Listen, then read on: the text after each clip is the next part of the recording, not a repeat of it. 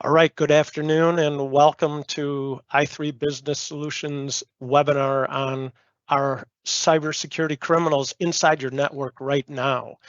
And this is a good subject because if you've read anything about the Western Michigan or the Western Digital, a big technology company who was hacked and breached, the cyber criminals, as they were remediating the problem, were publishing internal emails and dialogue about what was going on. It's a fascinating read. And when cyber criminals are inside our network, they usually are in there for a long time before they pull the trigger. So my name is Mike Ritsema. Our audience today, business people. Yesterday we did a session on technicians. And if you want to look that up, we'll publish that online. So today we have a few speakers with us, and the first is Natalie Suarez. And Natalie and I have worked together a fair amount, and she's a 2023 CRN channel chief. She's got over 25 years in IT and cybersecurity. She started out as a software developer, and she is an IT Nation certified instructor. I've learned a lot from Natalie. She speaks at industry events. She's on the CompTIA Governance Council for ISAO, which is a research organization for cybersecurity. She facilitates peer groups at IT Nation Evolve, and she's a specialist in cybersecurity. Our second speaker after Natalie will be Justin Reinmuth.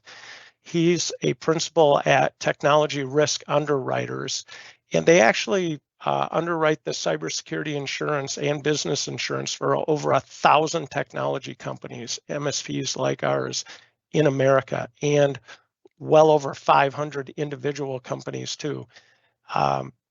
Justin has experience in the claims, the mistakes that are made, and working through that, the payouts. So this will be very interesting. I'm going to turn the floor over to Natalie, and after that, Justin will speak, and then we'll do some Q&A. Hopefully, we'll have some dialogue throughout the presentation. Natalie?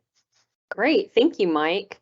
Thank you, everyone, for making time from your busy days to be here with us. And let's go ahead and start the prezzo. You bet. All right. So I like to start with definitions because it makes sure we're all working from a common page. So very first definition, I'll give you just a minute to read this. So what exactly is cybersecurity? Is it what Gartner says? I would posit that it really isn't. So let's go ahead and go to the next slide, Mike. I would say that cybersecurity is really all about managing risks. For most businesses, actually, like it says on the slide, we think of cybersecurity as a cost center. So really, it only makes sense to employ cybersecurity when it does reduce your risk or it saves you money. And I would posit that by reducing your risk, it will save you money. So let's go ahead and go to the next slide. So I want to just show you this real quick. This is the most targeted industries right now: finance, healthcare, construction, legal, manufacturing, education. And if you're not on this list, I don't want you to sigh a sigh of relief, because there's new stuff happening all the time, and it doesn't mean that you're safe. So go ahead to the next. So right now, SMBs, small to medium-sized businesses, I'm going to apologize in advance because we cyber people love our acronyms almost as much as the government does. So for small to medium-sized businesses, that gap between the number of breaches seen by small and large corporations has really shrunk over time. And really, like I was saying earlier, if you're not on that list, you're really not safe, because this is a real business for these guys and they're making a ton of money. And it's just as easy for them to go after a bunch of small businesses or medium-sized businesses as it is one enterprise, because of all the automation that they employ. One of the major reasons that you are being targeted is the bad guys feel that you're less protected. And that's what we're trying to fix by having educational webinars like this one. Okay, Mike. So a staggering stat. It remains true. A new ransomware attack does occur approximately every 11 seconds, and that's across the board. It doesn't matter if you're an organization of one or in organizations of hundreds of thousands. That's across the board. We can go on. So I just want to share from a report from our friends from Sophos. This is what the last 3 years have looked like. I don't want you to be too excited because this is the average approximate cost of a ransomware attack. It did go down a little between last year and this, and I think some of that is reasoning is because some organizations have actually chosen not to pay the ransom. So that is definitely being attributed to this reduction in cost. But, you have to think about things like business impact. What is the impact to your reputation? What is the cost associated with that impact to your reputation? What is the cost associated with paying the ransom should you choose to do so? And what is the cost for the professional services you're going to require if you are subjected to a ransom? And I would also say that this is going to be much less cost to your business from a risk perspective if you employ some basic cyber hygiene rather than look at what it's going to cost to survive a ransom attack. All right, next slide. So some of the challenges is, just like I was saying earlier, is confusion. So a lot of organizations may see this as an IT challenge versus a business challenge. It truly is about business. Just because two individuals are in the same line of business, we have to consider things like your business objectives. Just because I have two corporations that are in the same industry does not mean they have the same business objectives. It also doesn't mean they have the same risk tolerance. So that is going to affect what you do as far as your cybersecurity protections. Also, we understand limited resources. We all know we're dealing with a talent shortage. So we have competing priorities. Where are we going to manage cybersecurity in respect to staffing, in respect to IT cost? The good news kind of is, though, that cyber really isn't all about technology. Although, that is the fancy stuff that we all like to concentrate on. It's also about your people and your processes, security awareness training, processes and plans like incident response plans, business continuity plans, things like that. And another contribution to the workforce issues, oops, could you go back just one second? Is the remote workforce. I know that some companies are returning to the office. I know that my company is returning some people to the office, but there's lots of us that I would call road warriors like me. And we are, rarely in the office because we're traveling around doing events like this one in person as well as via webinar. And some of those challenges that you are probably facing is with the remote workforce. Even though you may live somewhere where the cost of living is lower and therefore salaries are lower, you may now be competing with places that are able to pay higher salaries because of a higher cost of living, yet your workers are, and now your workers are able to go work for companies that can pay them more because of the change to a remote workforce. Other things are ad hoc plans like BCDR, business continuity and disaster recovery.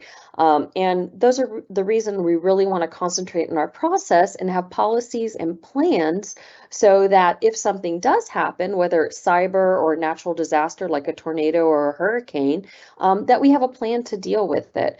And also the cost to respond and recover actually are greater, even though the cost of recovering seems to have gone down a little in 2022. Some of the additional costs, not just paying the ransom, but additional extortion. So you pay the ransom and then the bad guy says, oh, but wait, I have your data. So I'm going to ask for more money to not release your data. And oh, but wait, you don't want to pay me the ransom. You don't want me to pay me to protect your data and not release it. Well, now I'm going to launch a distributed denial of service attack and take your systems down so no one can reach them. Now, are you willing to pay? And then number 4, these guys are getting really bold. They are actually making calls to your clients. They have your data. They know who your clients are. So they're picking up the phone saying, hey, Mr. Client, did you know such and such had a data breach? And all I want's a little money not to release your data, but they don't want to play with me. So now we can go on to the next slide, Mike. So again, I said we're, people, process, and technology. We're only human. There's a large percentage of breaches that result from human elements, and that human element could be someone clicking on an email, a business email compromise. That could be someone who's maliciously trying to share your information, insider threat. That could be someone making a mistake in your supply chain. It could be a malicious supply chain issue. It could also be the IT people haven't configured something quite correctly. So it's really important to do the appropriate training, like security awareness training. Here's some tips to really reduce your attack surface. Adopt email filters. I know that I work for ConnectWise, and that company, every email that comes from an external source has a huge red banner. So it's very easy for us to tell if something comes from an external source. It makes it harder for these bad guys to try to impersonate someone who works at our company. Practice good password hygiene. Use multi-factor authentication. Password hygiene, I would recommend that you have a password of at least 14 characters, that you include upper, lowercase numbers and special characters, and that you use MFA or multi-factor authentication everywhere you can. And use a password manager. I know there's been some bad press about password managers in the past, but do your investigation, do your research, and pick a good one and use that. Yes, Mike. Yeah, a couple things that are interesting. Our former marketing assistant, a young lady by the name of Grace, stopped by, and she's going after a master's degree in Boston. And she said she's helping people with cybersecurity because she tells them for passwords, length equals strength. Length equals strength. And secondly, she's telling everybody to turn on MFA. So Yes. we can learn, and we can help others. Yes, definitely. And the thing is, even for an individual, the cost of a password manager or password vault is only about $60 a year. And to me, that's really worth the peace of mind. Yes. Yeah. So go ahead and go to the next slide. So I know everyone likes pictures, so I'm not going to talk to all these pictures, but this is just some examples of common threats. And some of you may be saying, well, I'm not a big company like OpenAI, or I'm not a big company like Facebook. Why should I care about breaches for OpenAI or ChatGPT or Facebook or Amazon? And I'm going to tell you the reason you should care is that human factor. There are many people who just out of what they consider ease, may reuse their corporate email and that same password to access sites like ChatGPT or to access sites like Facebook or Amazon. And really, you should have separate passwords and usernames for everything that you use in your business life and your personal life. And that's why it becomes so important to use that manager. There's no way on earth I could remember all my usernames and passwords from everything I access. And that was even before I was really bought into the whole cyber thing. I've been using a password manager since they existed, and even used to have my own crazy scheme for remembering and using passwords before they did exist. One of the things I want to point out here is I know there's been a lot of news about ChatGPT, so I want to address some of those issues. So one of the things you should worry about with ChatGPT is the fact that it can be used to write really convincing phishing emails. Not as much that it can write malware. It can write malware, but I would say it's probably not going to write malware as sophisticated as written by some of those large groups that are out there that are also offering that for sale to anyone who has some Bitcoin or some cryptocurrency. So I'd be more worried about ChatGPT right now and the fact that it can write a really great phishing email. And I'd also be worried about corporate espionage. You may have heard about Samsung in the news, that Samsung allowed the use of ChatGPT with some of its staff, and they released some proprietary information or secrets. Okay, go ahead and go to the next slide. I feel like I'm already running out of time, so I just want to show you that these are some actual real threats that have been seen in the Security Operations Center here. They are not just made up screenshots, and these are the kind of things that can be prevented with security awareness training, never click on anything, as well as an endpoint detection and response that would detect stray processes if you did click on something. So let's go to the next one real quick. So minimum acceptable technology. This is really the tip of the iceberg, but these are the things you should have in your business as the minimum acceptable technology at this point in time. So let's go to the next one, just to save time here. I want to talk about data responsibility.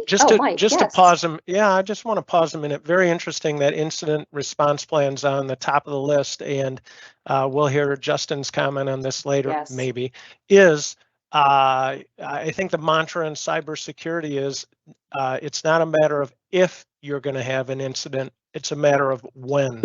We can put in all the protection in the world. Yep. We're not 100% covered, right, Natalie? That's right.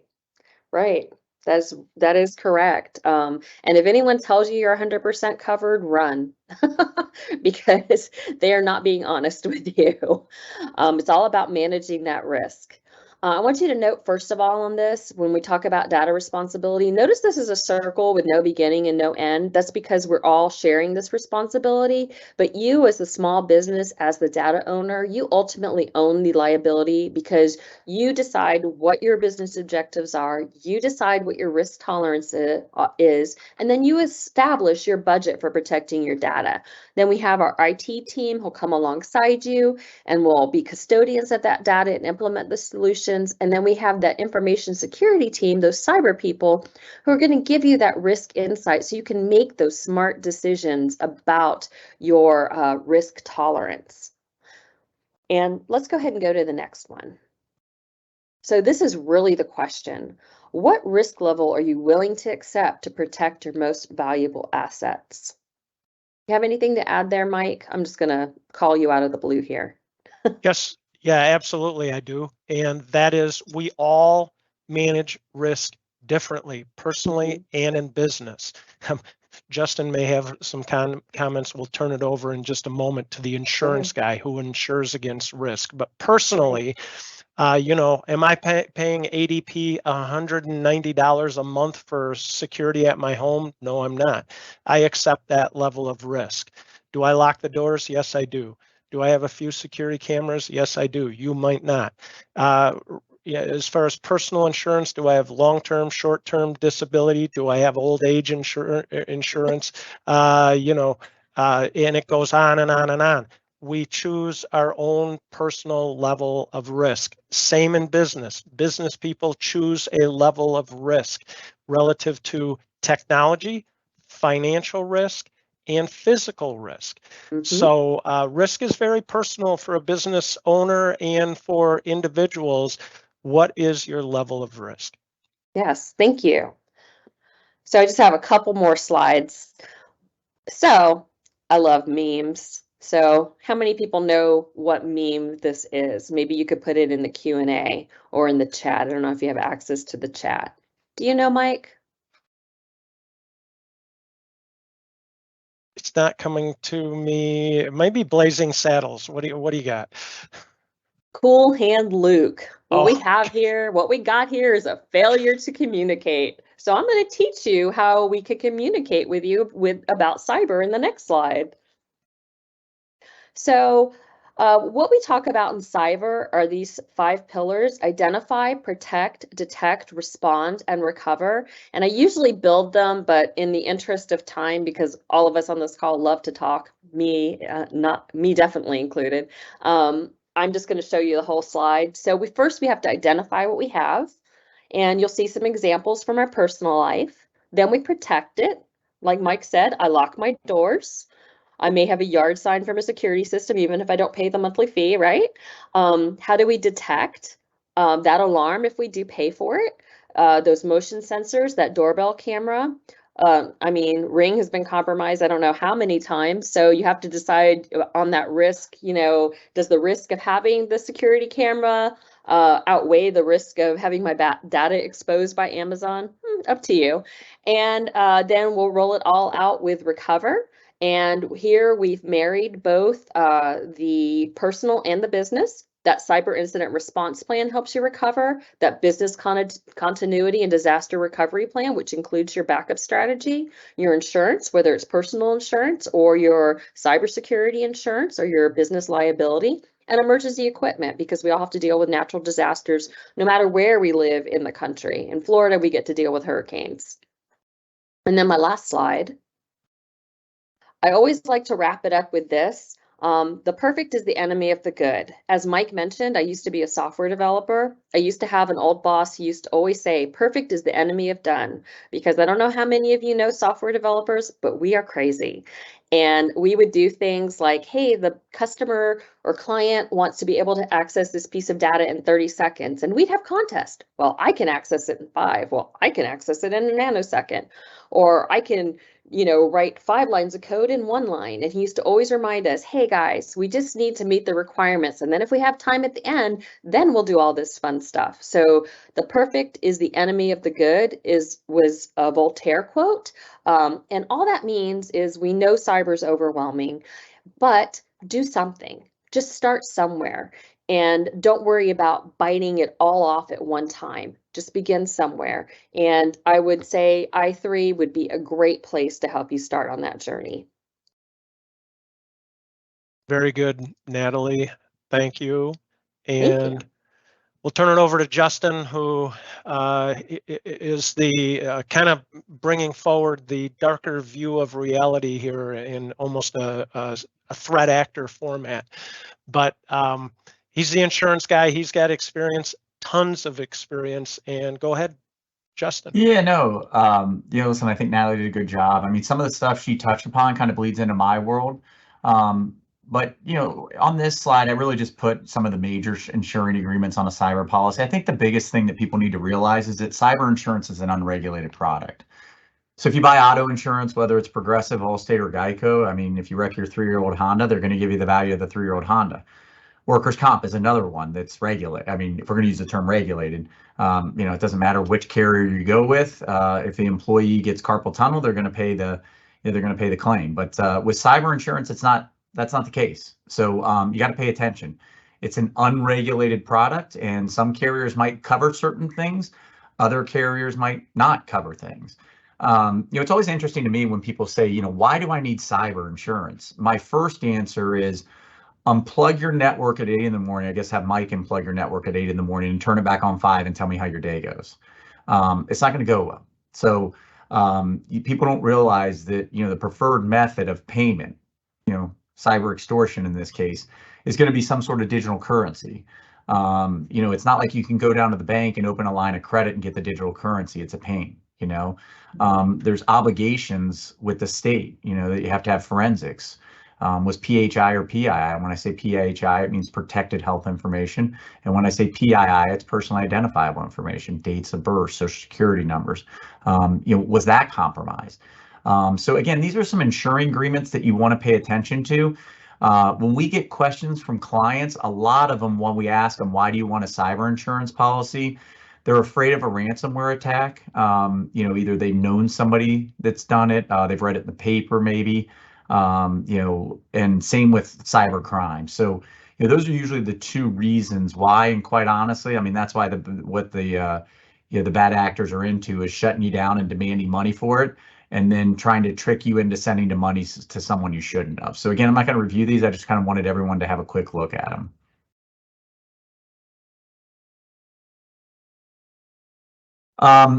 As you can see, probably anyone that does carry cyber insurance, they'll go, wow, the questionnaire that I got 3 years ago asked, do I use antivirus and do I use firewall and how many employees and what's my revenue? Things have changed now because the carriers forever, their loss ratios were not good. A lot of these carriers were collecting $1 and they might pay out $2, $2.50 or $3. I would ask people on this call that are business owners, how long can you continue to collect $1 and pay out $2? You can't do it. So what these cyber insurance carriers have found out, and if you ever get an application, please do not fill it out on your own. Make sure you get with Mike and the team to get that done, because you're making a representation to the carriers that you have certain protections in place. If you don't have those certain protections in place, you're essentially, the carriers would call it material misrepresentation, i.e. lied to them. So get with Mike and the team to make sure that, the security that they're asking is actually in place. But they're really focusing on 5 major things. Mike, if you want to get with him, he can get a little bit more technical, but they're making sure that you have multi-factor. Most of it's centered around email and remote access. Remote access meaning you want access to your system remotely and it's not in the office. EDR, which is endpoint detection response. That's something that maybe a year ago was considered cutting edge. Now it's just normal. You have to have an EDR, MDR product to get a good cyber insurance policy. A SOC SIM solution, that's kind of new. I wouldn't say that every carrier is going to require that, but 24/7 monitoring, something at 3 o'clock in the morning that would alert, hey, there's unusual traffic in the system. We need to pay attention to that. Kind of email filtering, that goes in with, security awareness training. Should you really click on that SharePoint file that you didn't recognize? No, you probably shouldn't. And then encryption and backup. My point of this slide really is just to show you that anyone can get cyber insurance, but the easier, because you'll find someone that will do it, but the easier route to get the insurance, the more exclusion, then the less likely you're to pay. I mean, we get it all the time where clients will say, well, I got this quote and I didn't have to have multi-factor and I didn't have to have EDR. And then when we look at it, they give you $10,000 of cyber extortion. Well, the average ransom might be 300,000 or 400,000, whatever the new statistic is, it changes a lot. But, if you got $10,000 and it's a $300,000 ransom, I don't think people on this phone call are going to want to self-insure $290,000. So if you want a good standalone cyber policy, you're probably going to have to comply with these things. One thing that I would caution you is don't get a cyber endorsement based on your business insurance. Sometimes the business insurance carriers will say, hey, for an extra $110 a month, you get this. I've never seen a comprehensive business insurance endorsement that covers the things that a company needs.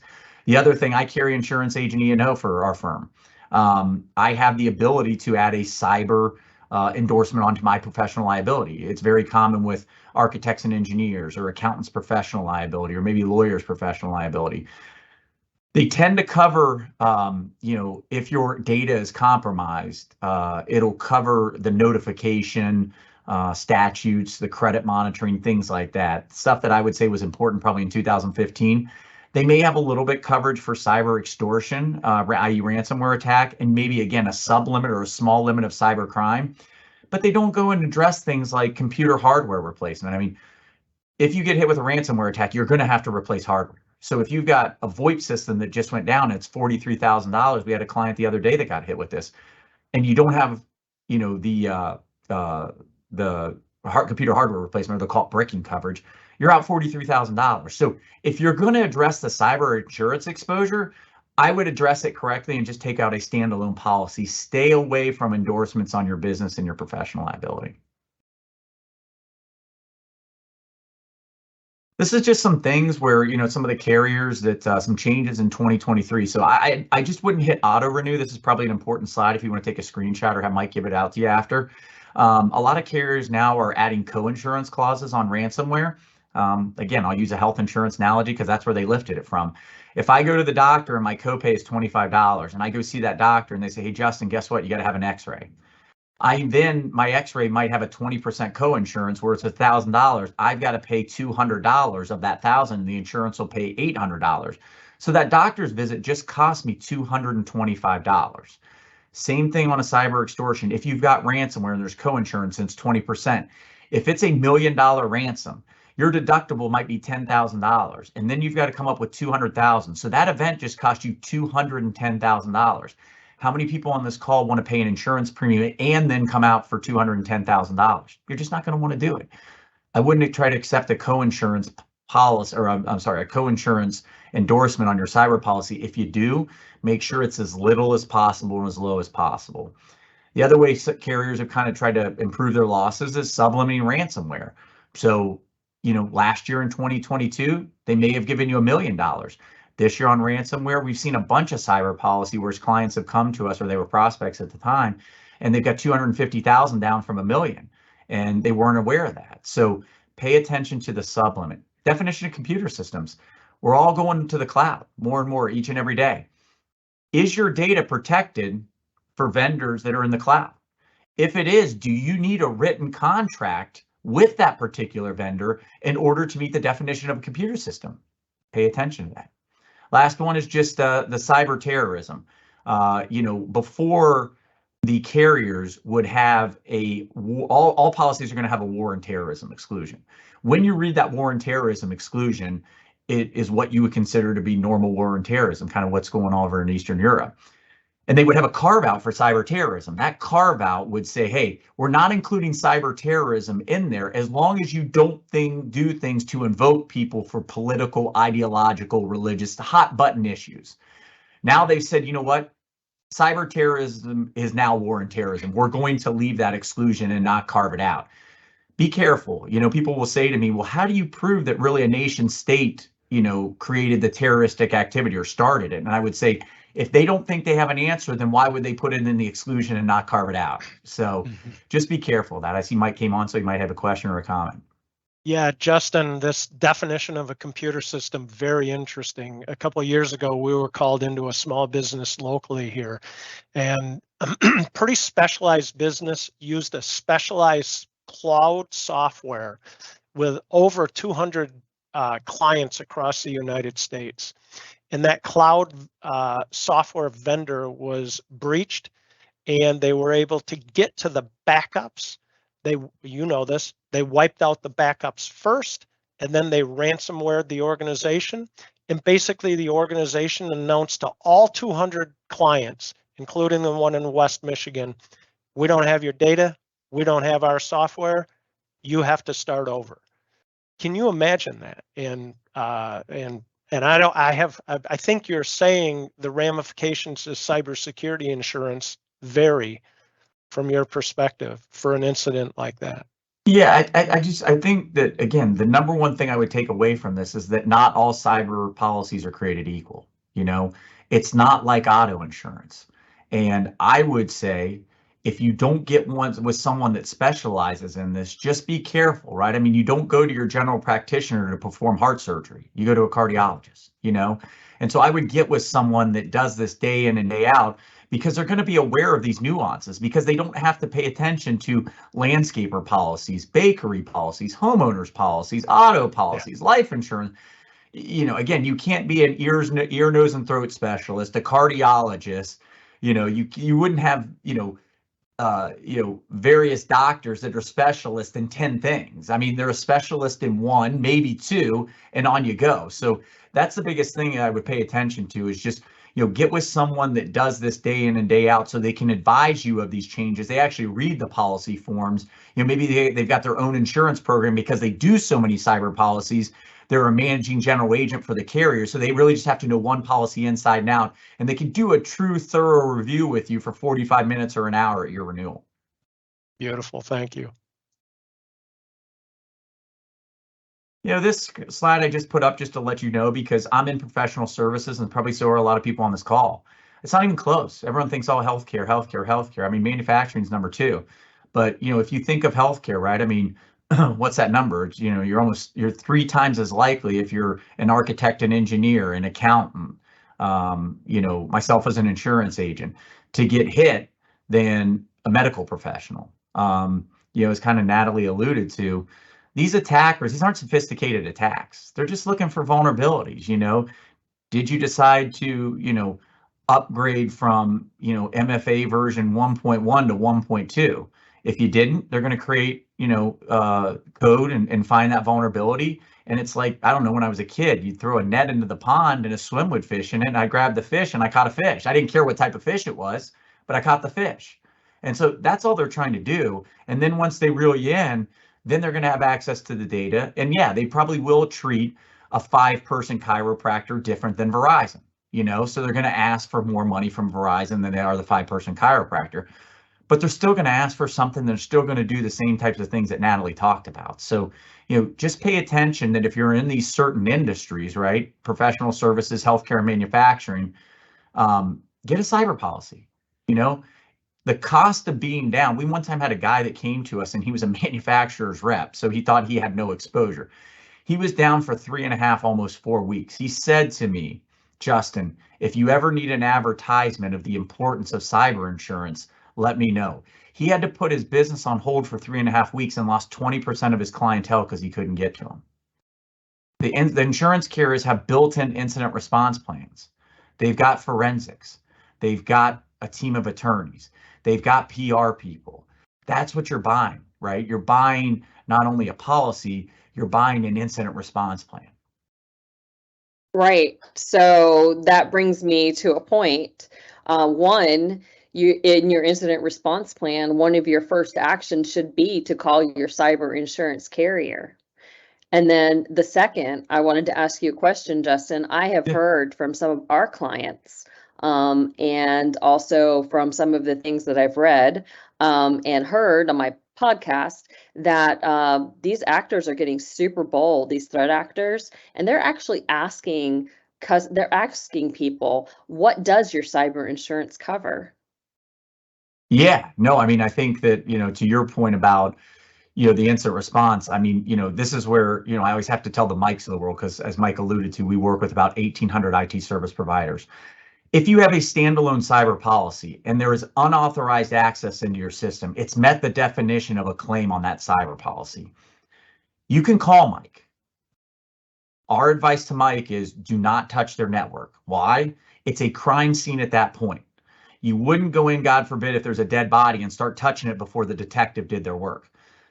It's a crime scene. Mike cannot touch your network. You need to call the insurance carrier ASAP. The insurance carrier may tell Mike what he can and can't do. They may say, Mike, you know what? We don't need you. We've got this particular, what they call a panel list or a vendor list that they'll utilize, So honestly, I think you could throw away a lot of these incident response plans if they involve getting your own attorney, appointing certain forensics. If the insurance carrier doesn't approve it, it's not going to get done.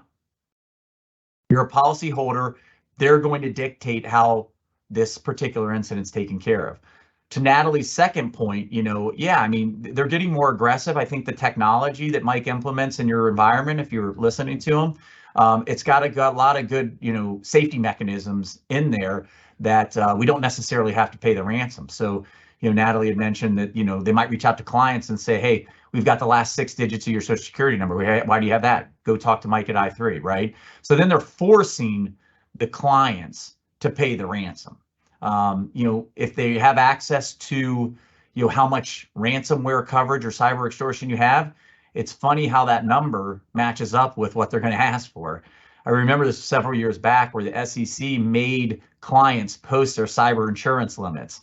And when people got hit, they were asking for $10 million. Why? They knew that you had $10 million in cyber extortion or ransomware coverage. So, it's a cat and mouse game. Mike's going to come up and the vendors that he works with are going to come up with solutions. They're going to find ways around that solution. I don't know that that's going to stop for the next 5 to 10 years. So on my side of the desk, I would highly encourage you to get a cyber insurance policy.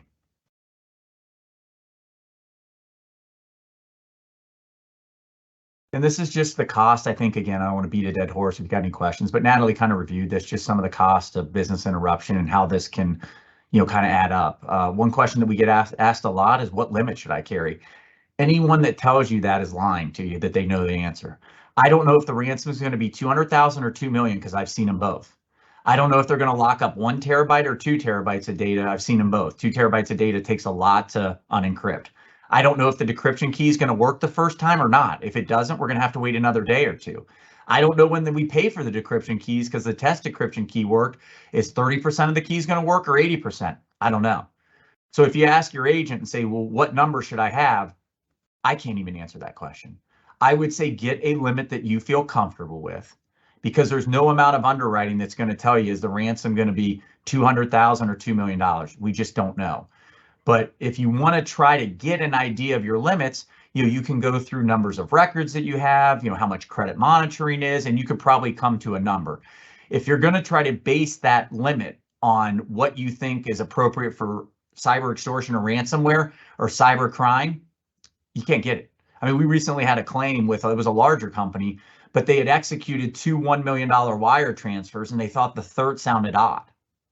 They didn't have $2 million in cyber crime. So, on the cyber crime, make sure you're doing positive pay, dual authorization, take some extra steps in there along with the technology that Mike is implementing on your side, to protect yourself. And I think that's really it on my side. I just would tell you guys that I'm a consumer of IT services just as you are. Maybe it's just because I see the nastiness of the claims, but my IT service provider tells me I'm their #1 client because I listen to everything they say and I implement it because I see what it's like when you're down for 2.5, 3, 4 weeks. It's not fun. Again, I would tell Mike to perform a ransomware fire drill for all of you and unplug your network this coming up Monday and work a full day without it and let Mike know knows how your day goes. It's not going to be a fun day. Yeah. Now, Justin, I mean, so much, but you make a very good point there. We talk about layers of security. And in our standard strategic business review, one of the recommendations is positive pay and ACH debit lock, right? The list the bank has, this is where you can send money to my vendors. This is the list. We cannot send money anywhere else. And if we change a routing number, we have to approve it at 2 levels. These are financial controls that help with cybersecurity. And then secondly, is we talk about people, process, and technology. And I think a lot of business owners think, hey, we're paying you for the firewall, the antivirus, the EDR, and the patching. We're good, right? No. I mean, people, process, technology. And the people, the human firewall, is the worst one. But you just make a very good point that cybersecurity is more than a bunch of technology that's saving me, right? No, it's a lot more than that, and it reaches across departments. Natalie?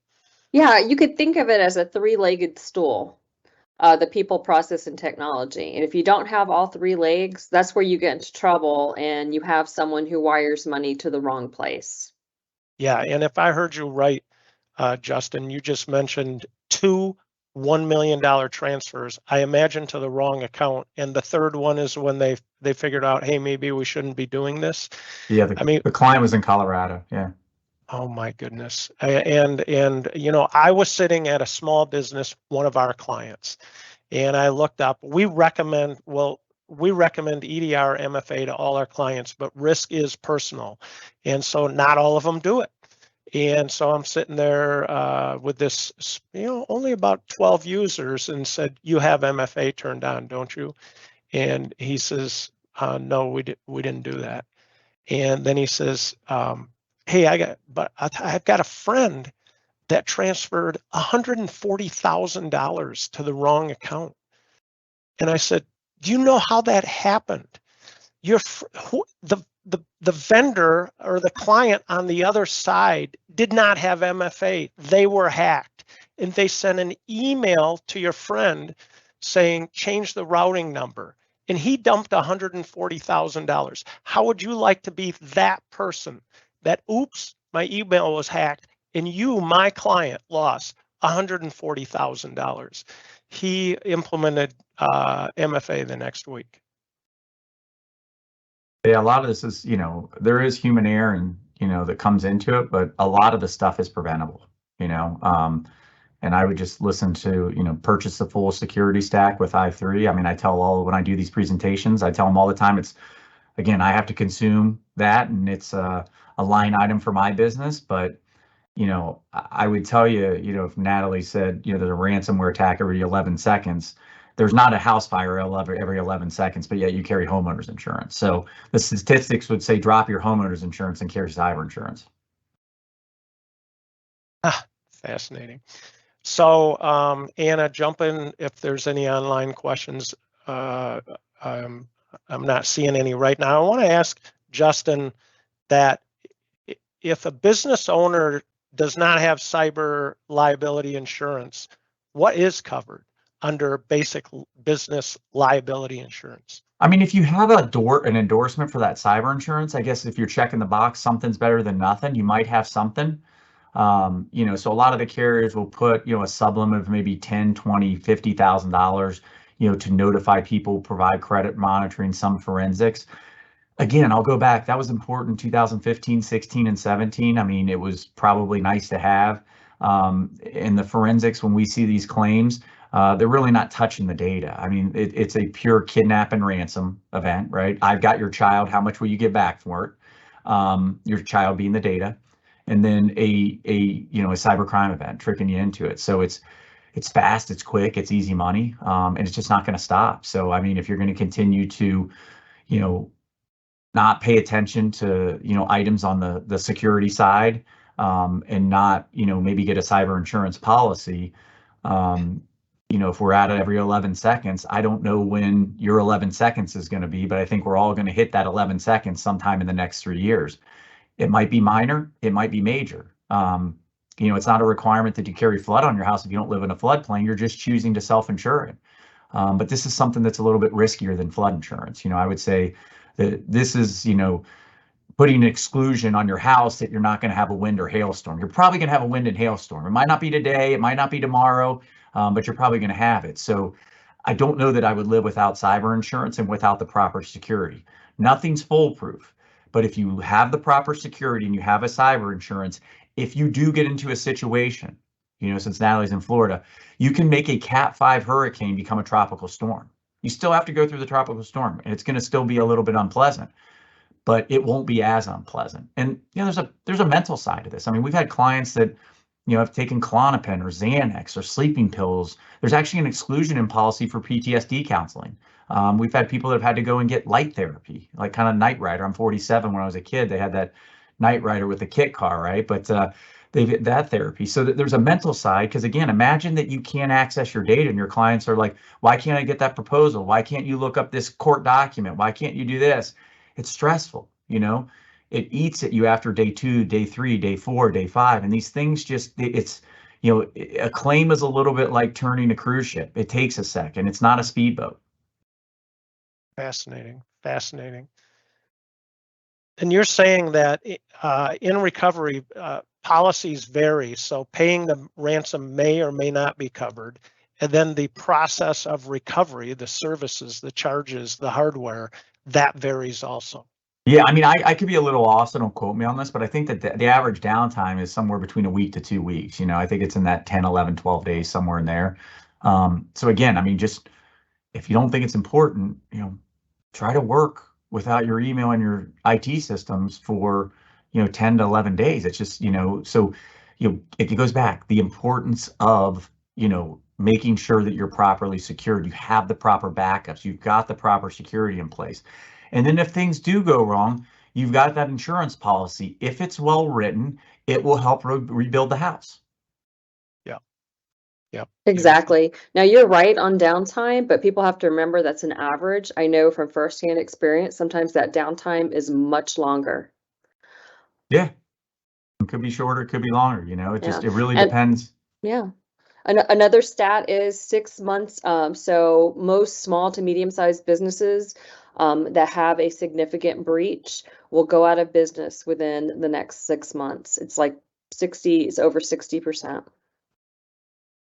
Oh yeah, but it's not, again, as much as some people might walk with this, FUD, right? The fear, Right. uncertainty, and doubt. I just told you, I mean, a lot of these claims, the insurance carriers have seen loss ratios come down a tremendous amount. Why? The stuff that let's call it the insurance standard that they're implementing on their clients is working. Yes. So that means that you're going to have to take out Mike's, what he would call probably his full security stack, in order to comply. What's that tell you? What Mike's probably been telling you for years. If you do these things, the likelihood of things going wrong, it doesn't completely go away, but it diminishes a lot, and that's why this insurance carriers are having a lot of success. They're also doing on their side, some external surface scans and looking for open ports and things that bad actors might be looking for. So they've invested in some, AI, some different technology, some scanning tools, to make sure that, they can do their portion. And then they're just gonna, make sure that the security for your IT service provider is also taken care of. So again, there is a light at the end of the tunnel. Just, we're going to continue to just push forward and stay on top of these things and listen to Mike and the folks at i3. That's right. Just do something. Move the needle.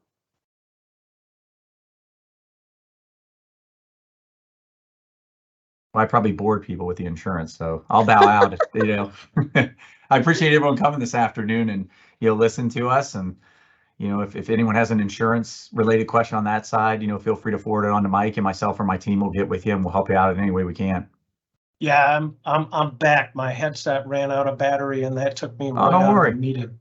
So as we wrap up here, I'd like the two of you to land on your one or two recommendations relative to cybersecurity. I will tell you at i3 that we recommend layers of security. And so layers of security starts with, well, really I say it starts with a good quality air-gapped offline backup. Somewhere in there, maybe number two is cybersecurity insurance, because it's not if, it's when you have an incident, therefore the backup and the cybersecurity insurance. But certainly multi-factor authentication, I think Natalie said that 82 or 83% of incidents come from email compromise. And so multi-factor authentication on email, Microsoft says prevents 99.9% of breaches or incidents.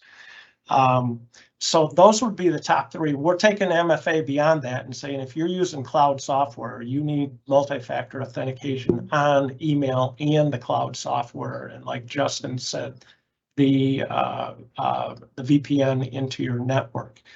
So those would be my top 2 or 3 or 4 layers of security that we recommend. So I would say defense in depth, because there are attacks that can defeat MFA. But if you have, that MFA, plus you have a company like i3 who knows that you have to implement conditional access for accessing email, and you have an EDR that can prevent those processes that skip through from executing, defense in depth, because one tool, this is not like, what was that show? One to rule them all. You have to have a multi-layered security stack, just like you're recommending, Mike. Otherwise, you just can't be protected from the most prevalent attacks that are out there. Yeah, I don't really have it. I mean, hopefully this message got across the importance of everything. So I'll keep it short and wish everyone a good afternoon if you're on the East Coast. Very good. Thank you, Justin. And wrapping up is assessment. We will get back with you and see if you qualify for a cybersecurity assessment. Certainly, we're recommending cybersecurity insurance, and we do not sell cybersecurity insurance, but we can connect the dots on that. And lastly, track us down. If you have questions or need help, track down i3 Business Solutions. Justin, Natalie, thank you for your specialization and time, and we'll wrap the event. Thank you. Thank you, everyone. Take care.